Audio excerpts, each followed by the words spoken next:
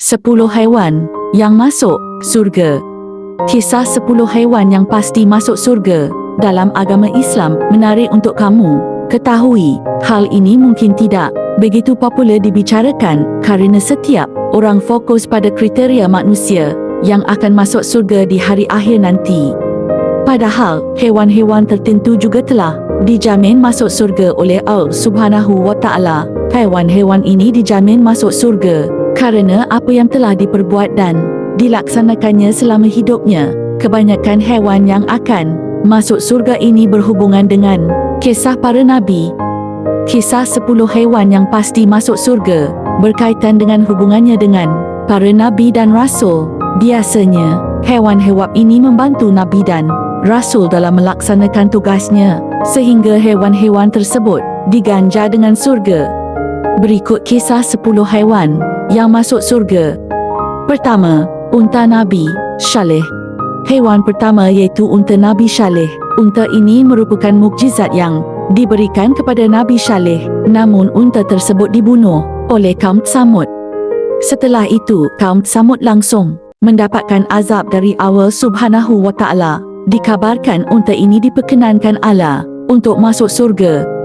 Kisah ini tercantum dalam surat Hud ayat 64 hingga 68. Sebagaimana surat Hud ayat 64 yang artinya, "Dan wahai kaumku, inilah unta betina dari Allah sebagai mukjizat untukmu. Sebab itu, biarkanlah dia makan di bumi Allah dan janganlah mengganggunya dengan gangguan apapun yang menyebabkan kamu segera ditimpa azab." 2. Sapi Nabi Ibrahim. Haiwan berikutnya yang masuk surga adalah sapi Nabi Ibrahim. Sapi ini disembelih oleh Nabi Ibrahim untuk menjadi hidangan bagi kaum musafir yang bertamu ke rumahnya, yang sebenarnya adalah para malaikat. Mereka menyampaikan kabar kelahiran Ishak kepada Nabi Ibrahim. Kisah ini tercantum dalam surat Az-Zariyat ayat 24 hingga 30, sebagaimana surat Az-Zariyat ayat 26 yang artinya, "Maka diam-diam dia Ibrahim pergi menemui keluarganya, kemudian dibawanya daging anak sapi gemuk yang dibakar." 3. Domba Nabi Ismail. Seperti yang telah kita ketahui, domba ini adalah bentuk ujian Allah Subhanahu wa Ta'ala kepada Nabi Ibrahim yang diperintahkan untuk menyembelih putranya Nabi Ismail.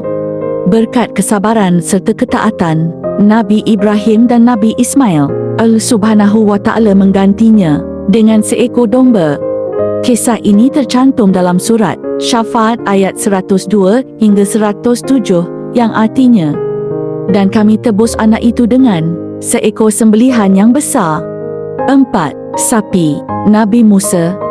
Sapi ini digunakan dalam pengungkapan pembunuh dari seorang Bani Israel yang meninggal dunia. Allah Subhanahu wa Ta'ala memberikan petunjuk melalui Nabi Musa dengan menyuruh menyembelih seekor sapi betina dan kemudian dipukulkan kepada mayat. Kemudian mayat tersebut hidup kembali dan mengatakan siapa pembunuh yang sebenarnya. Peristiwa ini tercantum dalam surat Al-Baqarah ayat 68 hingga 73 yang artinya, mereka berkata, "Mohonkanlah ampun kepada Tuhanmu untuk kami agar Dia menjelaskan kepada kami tentang sapi betina itu." Dia Musa menjawab, "Dia Allah berfirman bahawa sapi betina itu tidak tua dan tidak muda, tetapi pertengahan antara itu. Maka, kerjakanlah apa yang diperintahkan kepadamu." 5. Ikan paus Nabi Yunus. Ikan paus ini adalah ikan yang menelan Nabi Yunus ketika melarikan diri dari kaumnya. Namun, kerana kesalehan Nabi Yunus yang senantiasa berzikir, ia dapat bertahan selama 40 hari dan keluar dari perut ikan tersebut. Peristiwa ini tercantum dalam surat Asy-Syafaat ayat 139 hingga 148 yang artinya, niscaya dia akan tetap tinggal di perut ikan itu sampai hari kebangkitan. 6. Keledai Nabi Uzai. Kisah ini menceritakan tentang keledai, teman Nabi Uzai yang diubah menjadi tulang belulang dan dibangunkan kembali. Kisah ini terdapat dalam surat Al-Baqarah ayat 259 yang artinya, atau seperti orang yang melewati suatu negeri yang bangunan-bangunannya telah roboh hingga menutupi reruntuhan atap-atapnya. Dia berkata, bagaimana Allah menghidupkan kembali negeri ini setelah hancur? Lalu Allah mematikannya orang itu selama 100 tahun, kemudian membangkitkannya, menghidupkannya kembali. Dan Allah bertanya, berapa lama engkau tinggal di sini? Ya, orang itu menjawab, aku tinggal di sini sehari atau setengah hari. Allah berfirman, tidak, engkau telah tinggal 100 tahun. Lihatlah makanan dan minumanmu yang belum berubah, tetapi lihatlah keledaimu yang telah menjadi tulang belulang. Dan agar kami jadikan engkau tanda kekuasaan kami bagi manusia. Lihatlah tulang belulang keledai itu bagaimana kami menyusunnya kembali, kemudian kami membalutnya dengan daging. Maka ketika telahnya baginya, dia pun berkata, saya mengetahui bahawa Allah Maha Kuasa atas segala sesuatu. 7. Semut Nabi Sulaiman. Seperti yang kita ketahui, Nabi Sulaiman diberikan anugerah kemampuan untuk memahami bahasa binatang, termasuk semut. Kisah ini tercantum dalam surat An-Naml, ayat 17 hingga 19, sebagaimana ayat 18 yang artinya, hingga mereka sampai di lembah semut, berkatalah seekor semut, wahai semut-semut, masuklah ke dalam sarang-sarangmu agar kamu tidak diinjak oleh Sulaiman dan bala tentaranya, sedangkan mereka tidak menyadari. 8. Burung Hudhud Nabi Sulaiman. Masih berkaitan dengan cerita Nabi Sulaiman, burung Hudhud yang menjadi kurir Nabi Sulaiman dalam mengantarkan surat kepada Ratu Balqis dan mengajaknya beriman kepada Allah Subhanahu wa Ta'ala juga menjadi salah satu kisah haiwan yang masuk surga. Kisah ini tercantum dalam surat An-Naml ayat 20 hingga 31, sebagaimana surat An-Naml ayat 18 yang artinya, dan dia memeriksa burung-burung lalu berkata, mengapa aku tidak melihat Hudhud? Apakah ia termasuk yang tidak hadir? 9. Anjing Ashabul Kahfi.